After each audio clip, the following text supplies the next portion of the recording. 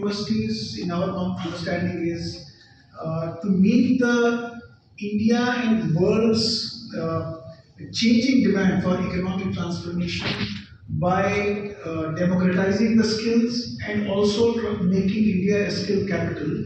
Actually, that should be the primary role. So I'm going to focus only on few ideas and suggestions that we have implemented. The first thing is integration, offering skill education, vocational education in an integrated model right from the school education. A skill university should develop a model where ITI, schools, polytechnics and higher education is offered in an integrated model. The first example I want to give you is Shri Skill University applied to Central Board of School Education in 2017 for starting an integrated school.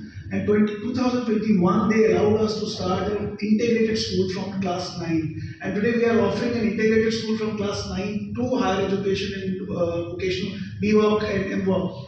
But there is a need where ITIs and polytechnics can also come and play a key role so that students who move in that mobility, they can exit with ITI certificates or diploma certificates depending upon each level. The second suggestion I have is that skill universities should focus more on work integrated degree diploma programs.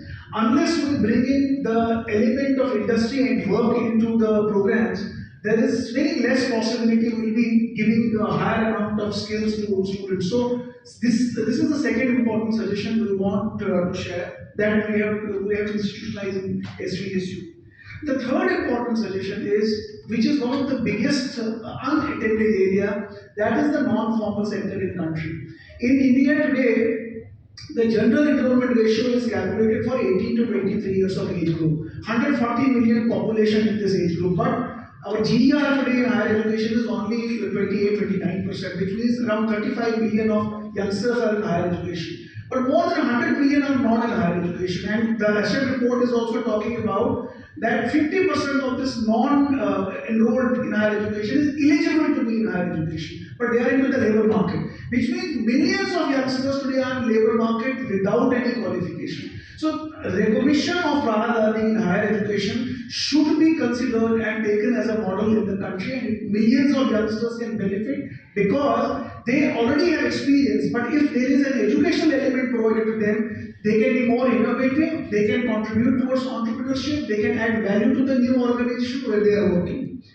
The most important suggestion I want to give is democratization of skills. Today, we have got so many qualifications created, but unfortunately, whenever skill universities they approach for that, there are certain curves. I think NCVT has helped us a lot, but there is more to do in this area that can help all skill universities to actually go ahead and take those qualifications across the country. Another thing is the flexible faculties. I think this is one of the challenges today because there are certain restrictions when it comes to appointment of faculties, because there are certain set guidelines where we hire professors, associate professors. I think some kind of flexibility which already UGC has initiated, that needs to be immediately brought out. That is the professor of practice, but that should be allowed right from the assistant professor.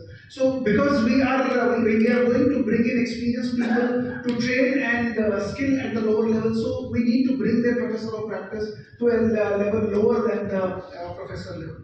The most important part is how do we get all the skill qualifications on the portal which are today actually not getting the benefit of NAPS. NAPS integration is important, like BO qualifications